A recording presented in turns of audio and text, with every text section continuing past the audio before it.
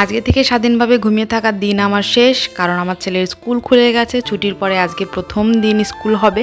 তো সকাল সকাল ওর সঙ্গে একটা প্র্যাঙ্ক হয়ে গেছে, দেখতে থাকো জানতে পারবে। তার আগে বলি, আমি ঘুম থেকে উঠেছি ওই 5টার সময়। আমি প্রত্যেক দিনই প্রায় ওঠার চেষ্টা করি, কারণ বরের ডিউটি থাকে, রান্নাবান্না থাকে, সেই জন্য।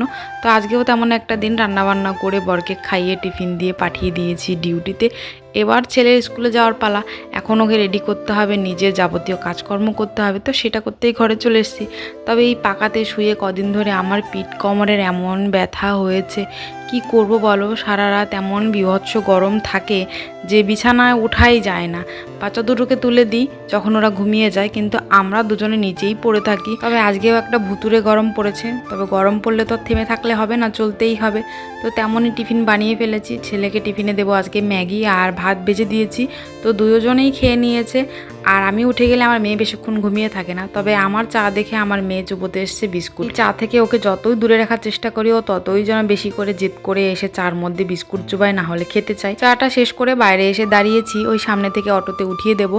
তবে একটা স্টুডেন্টকেও যেতে দেখছি না। আমি ওখানেই দাঁড়িয়ে ম্যামকে ফোন করলাম। তারপর ম্যাম বললো স্কুলের টাইম তো প্রায় হয়ে গেছে, এখন একটাও স্টুডেন্ট আসেনি, তো ওকেও পাঠাতে হবে না, কাল থেকে পাঠিয়ে দেবে। এই কথা শুনে আমার ছেলে তো ভীষণ রাগ হয়েছে, কারণ অনেক দিন পর স্কুলে যাচ্ছিল, ওর মনটা ভীষণ খুশি ছিল আজ।